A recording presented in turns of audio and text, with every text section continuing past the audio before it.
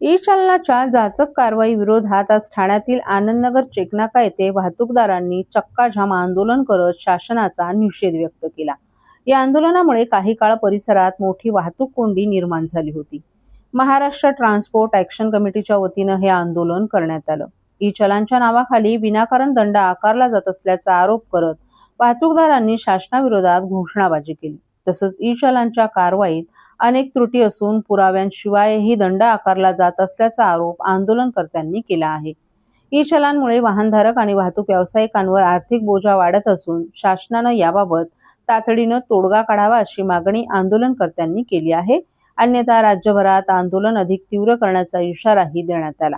दरम्यान या आंदोलनामुळे आनंदनगर चेकनाका परिसरात काही काळ वाहनांच्या लांबच लांब रांगा लागल्यानं वाहतूकही विस्कळीत झाली होती। पोलिसांनी घटनास्थळी पोहोचून येथील परिस्थिती नियंत्रणात आणली।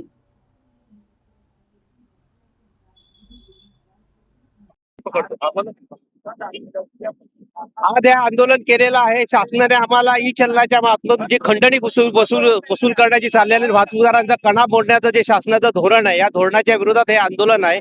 आणि जर हे अशाच प्रकारे जर धोरण मागे घेतलं गेलं नाही तर वाहतूकदार आत्महत्या करतील आणि वाहतूक व्यवसाय हा जिवंत ठेवण्यासाठी आंदोलन केलेलं आहे। आणि हे जनतेचं आंदोलन आहे। आम जनतेला देखील या वाहतूक ई चलनाचा, ज्यांच्याकडे स्कूटर आहे, कार आहे, अशा प्रत्येक घरामध्ये प्रत्येक व्यक्तीला, प्रत्येक नागरिकाला हा त्रास आहे।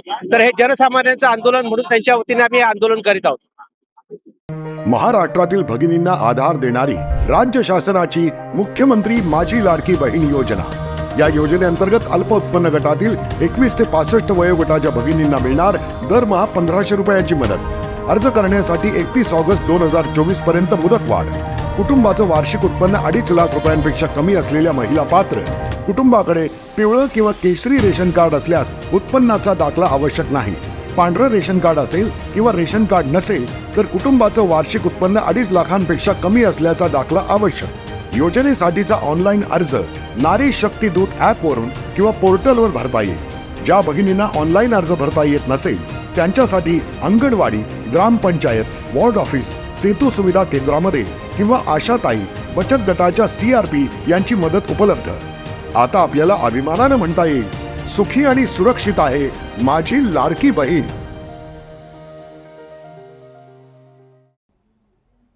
धर्मवीर आनंद दिघे प्रतिष्ठान आयोजित चैत्र नवरात्र उत्सवाच्या निमित्तानं ठाणे शहरात भक्तिमय वातावरण निर्माण झाले।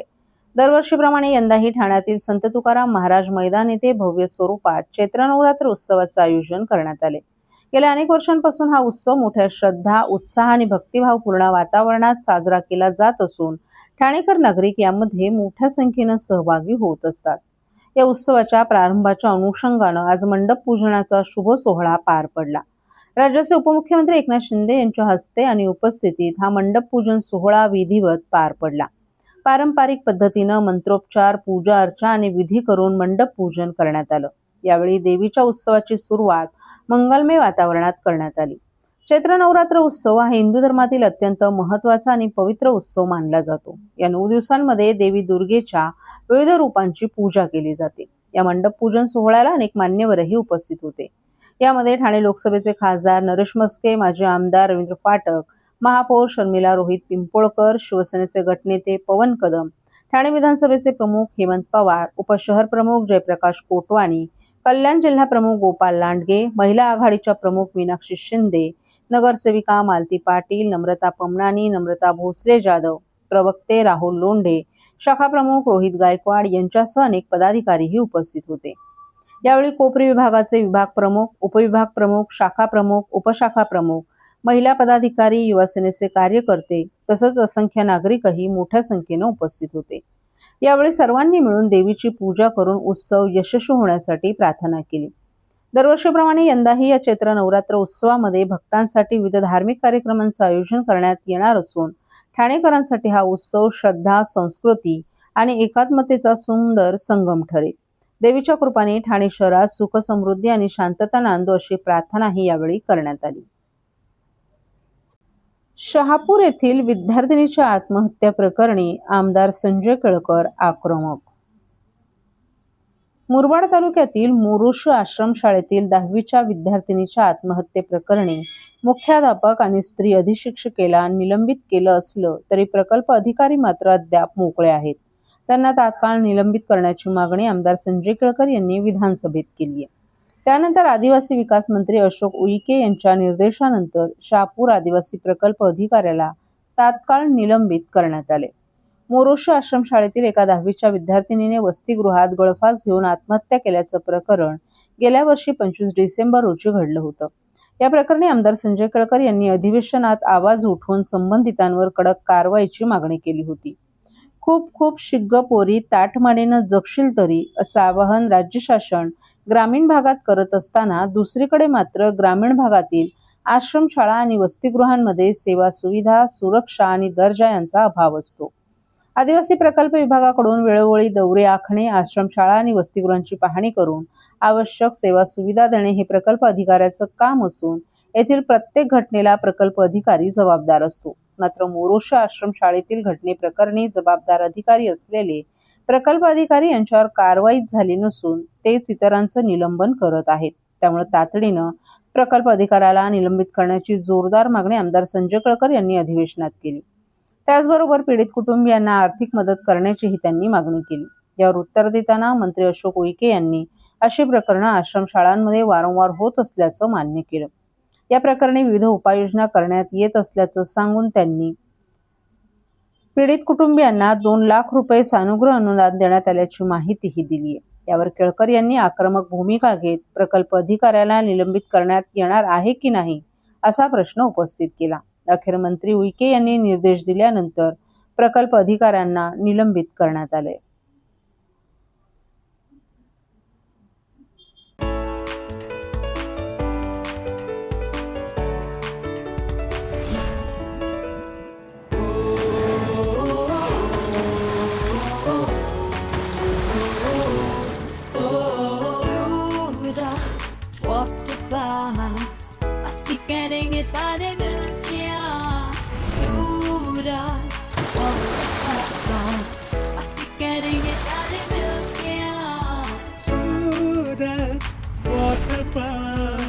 सब मिलके नाचते गए मस्ती में आज सूरत वाटर पार्क तुम बचाते सब मिलके आज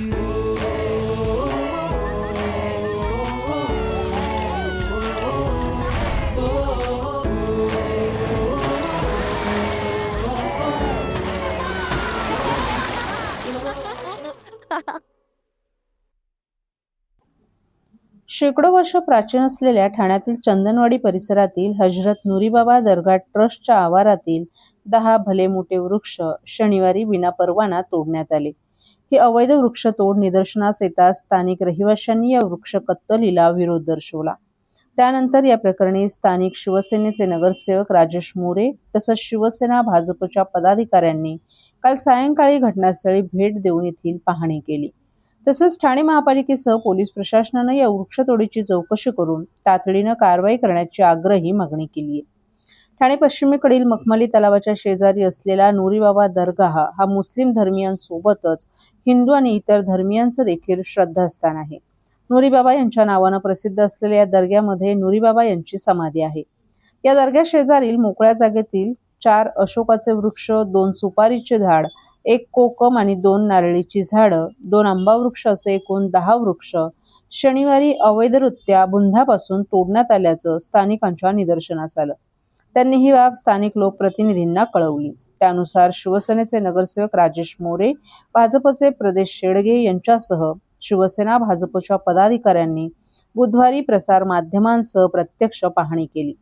हे कृत्य नुरीबाबा दर्गा ट्रस्टचे पदाधिकारी आणि नुरी कुटुंबियांपैकी असल्याचा आरोप करून महापालिका प्रशासन तसंच पोलिसांनी कठोर कारवाई करण्याची मागणी केली आहे.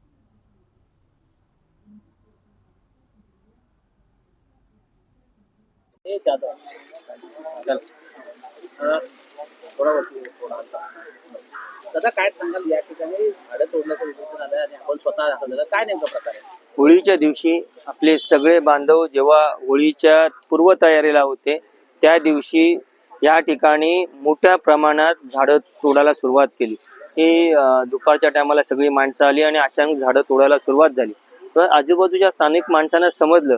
त्यांनी जेव्हा त्याला विरोध करायला सुरुवात केली तेव्हा जेव्हा आतमध्ये आले त्यानंतर ही थांबली. ही खरं तर त्यांचा ही संपूर्ण झाडं जमीनदोस्त करायचा त्यांचा विचार होता आणि त्याच दृष्टीने 10-15-20 माणसं मोठ्या प्रमाणात सगळं घेऊन ते आले होते. पण स्थानिकांनी विरोध केल्यामुळे त्यांना ते करता आलं नाही. तरी सुद्धा तेवढ्या ह्याच्यात त्यांनी 10 झाडं तोडली. आज ह्या सगळ्या ह्याच्यामध्ये होळीच्या पवित्र दिवशी आणि ह्या सगळ्या ह्याच्यामध्ये ते सगळे मशगूल असताना त्यांनी अचानक येऊन हे सगळं काम केलं. हे निषेधार्थ आहे. म्हणजे फक्त झाडं तोडणं हा विषय नाही. इथे नुरी बाबा दर्गा गेले अनेक वर्षापासून इथे आहे. ह्यांचा होणारा उरूस मध्ये सगळे स्थानिक माणसं पुढाकार घेऊन असतात आणि एकत्रितरित्या करत असतात. ह्या मागे हे झाडं तोडण्यामागे नेमकं कारण काय होतं की अचानक त्यांना झाडं तोडाविषयी का वाटली. आम्हाला सगळ्यांना स्थानिक माणसांना असा संशय आहे की ह्या जागेचा वापर त्यांना काहीतरी वेगळ्या विषयासाठी करायचा आहे. वेगळ्या विषयासाठी काहीतरी वेगळ्या पद्धतीनं त्यांना हा वापर करायचा आहे. त्यासाठी आतापर्यंत या भागात कधीच धार्मिक तेढ निर्माण होईल असे प्रयत्न झाले नाही. पण हे 3 माणसं अतिक नुरी, शफीक नुरी शफीक नुरी आणि रफीक त्यांची नुरी 2 मुलं. आणि ही त्यांची ही फॅमिली इथे तणावपूर्ण वातावरण कसं निर्माण होईल यासाठी सतत प्रयत्न करत असते कुठल्याही वेळेत. आणि आता सुद्धा ह्या सगळ्या ह्याच्यामध्ये सगळा वापर त्याच पद्धतीने केलेला दिसतोय. आम्ही तुमच्या मार्फत महापालिका प्रशासनाला सांगू इच्छितो की आपण यांच्यावर त्वरित कारवाई करा आणि यांच्यावर गुन्हे दाखल करा. नुसते गुन्हे दाखल करून होणार नाही तर त्यांच्या पुढची कारवाई करा. आणि मी पोलीस प्रशासनाला खास इंटिमेट देतो की आपण ह्या तिघांची इन्क्वायरी करा. कारण ह्यामागे नुसतं झाडं तोडणं हा विषय नाही, त्याच्यामागे अजून मोठ्या विषय पडद्यामागे आहे. आता जी कायदा आणि सुव्यवस्था व्यवस्थित चाललेली आहे ह्यांच्या वागण्यामुळे ह्यांच्या वर्तणुकीमुळे कायदा आणि सुव्यवस्था बिघडेल अशी परिस्थिती निर्माण व्हायला नको. मी पोलीस प्रशासनाला परत विनंती करतोय की आपण ह्या सगळ्यांची सखोल चौकशी करा. ह्या जागेचा गैरवापर स्थानिक माणसंही होऊन देणार नाहीत आणि आम्ही सगळेही होऊन देणार नाहीत. काही झालं तरी आम्ही स्थानिकांच्या बरोबरीने आहोत. कुठलाही गैरप्रकार मग झाडं तोडणे असो किंवा अजून कुठलाही असो आम्ही इथले स्थानिक लोक आणि आम्ही स्वतः पक्ष म्हणून सुद्धा आम्ही सहन करणार नाही. आम्ही स्थानिकांच्या बरोबर आहोत, बरोबर राहणार. वेळ प्रसंगी रस्त्यावर उतरायची वेळ आली तर आम्ही रस्त्यावर उतरणार.